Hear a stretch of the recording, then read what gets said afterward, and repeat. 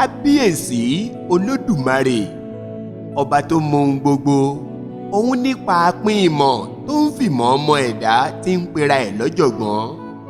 Gbogbo onímọ̀ ayé mo ṣèbà.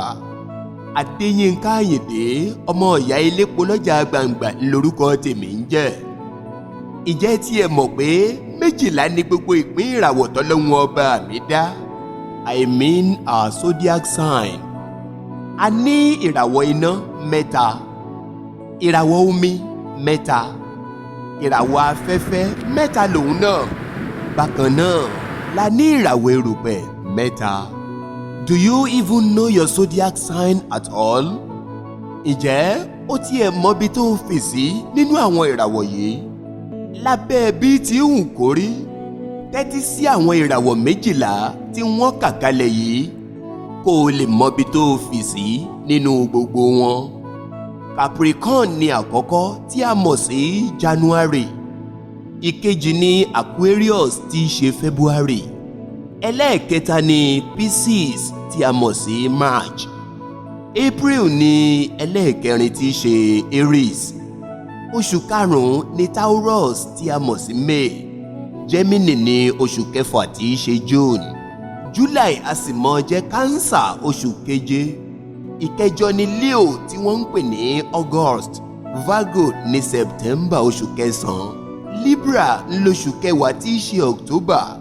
Scorpio ní oṣù kọkànlá tí a ń pè ní November.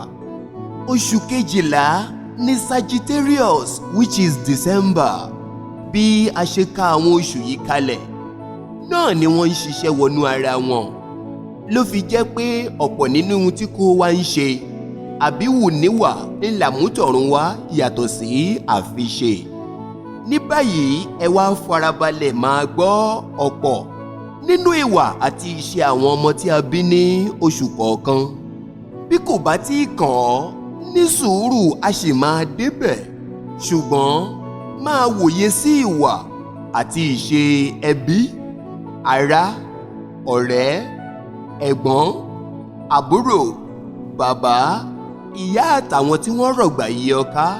Àwọn ìwà àti ìṣe yìí tó 100, àmọ́ wọ́n yọ̀ǹda 40 fún wa níbẹ̀. Ṣé o gbàgbé pé mo ní àwọn oṣù yìí ń ṣiṣẹ́ wọnú ara wọn? Ẹ máa bá wa ká lọ. Àwọn ọmọ tí a bí ní Aquarius January 20 tó fi dé February 18, ọ̀pọ̀lọpọ̀ wọn yóò jẹ́ ènìyàn jẹ́jẹ́. Wọ́n máa ń kún fún ọgbọ́n àti ìmọ̀ ẹ̀kọ́ púpọ̀. Wọn yóò jẹ́ olókìkí nígbésí ayé wọn. Wọn kì í fẹ́ fi nǹkan tí wọ́n bá ń ṣe falẹ̀, àyàfi kí wọ́n tètè ṣe é kí wọ́n sì parí ẹ̀ ní kíákíá. Ohun tí wọ́n bá ṣe ló máa ń dára ju ti ẹlòmíràn lọ lójú wọn. Wọn a máa ní ìdàrúdàpọ̀ ọkàn, confused mind. Nígbà mìíràn ẹ̀wẹ̀, wọn kì í rínú fi ọ̀rọ̀ sí. Ọ̀pọ̀lọpọ̀ wọn a máa sọ bí ọ̀rọ̀ bá ṣe jẹ́ láì fi ohunkóhun pamọ́. Wọ́n fẹ́ràn orin aládìídùn, melodious songs.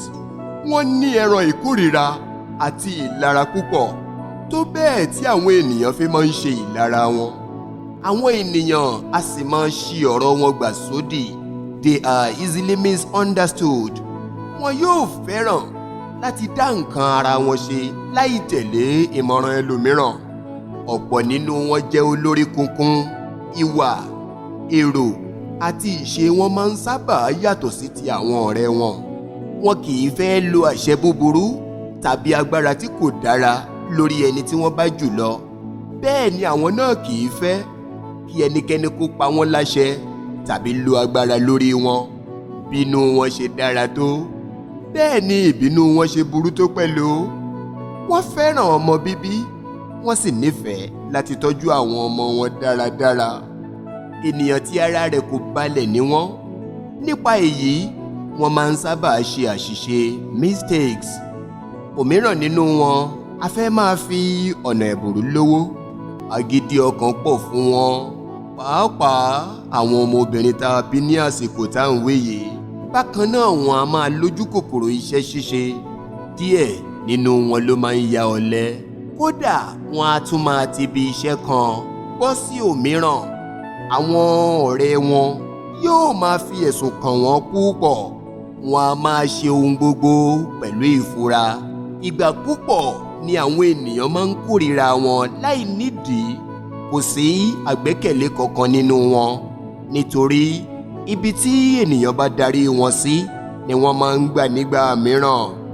Ìlérí wọn kò ṣeé tẹ̀lé nítorí wọn kì í dúró lójú kan.